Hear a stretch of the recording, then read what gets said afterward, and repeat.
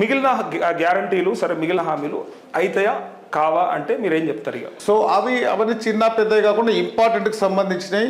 ఇది మేము 2,500 మహిళలకు ఇస్తా ఉన్నాం. ఇవ్వాలి, తులం బంగారం ఇవ్వాలి, తులం బంగారం ఇవ్వాలి. సో పిల్లలకు స్కూటీ ఇవ్వాలి, నిరుద్యోగ భృతి ఇవ్వాలి. సో 3-4 పెండింగ్ ఉన్నాయి. అవి ఎందుకు పెండింగ్ ఉందని 20 నెలల్లో ఇన్ని చేసినాం మేము. వాళ్ళు 9.5 సంవత్సరాలు వాళ్ళు ఏం చేసినా మాకు తెలియదు. మేము చెప్పిన దానిలో, మేము ఇచ్చిన గ్యారంటీలో మా లెక్క ప్రకారం 70 to 80% మేము చేసి ఉన్నాం. ఆ 20% చేయకపోవడానికి కారణం ఏంటంటే 2014 కాంగ్రెస్ పార్టీ కేసీఆర్ గారి చేతిలో పెట్టినప్పుడు నామినల్ 27,000 crores బ్యాంక్ బ్యాలెన్స్ ఉండే, 9,000 crores అప్పులు ఉండే. అప్పుడున్న 16 మంది సీఎంలు చేయని అప్పటివరకు ఉన్న అప్పులన్నీ గంతే ఉండే.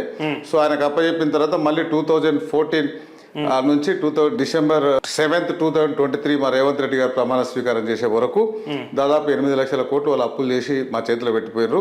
సో దానికి వడ్డీలు కట్టాలి, దానికి జీతాలు ఇవ్వాలి, గవర్నమెంట్ జీతాలు ఇవ్వాలి, మనం చెప్పిన స్కీమ్లు ఇవ్వాలి, ఆయన చేసిన స్కీమ్లు ఇవ్వాలి, మనం చేసే స్కీమ్లు ఇవ్వాలి.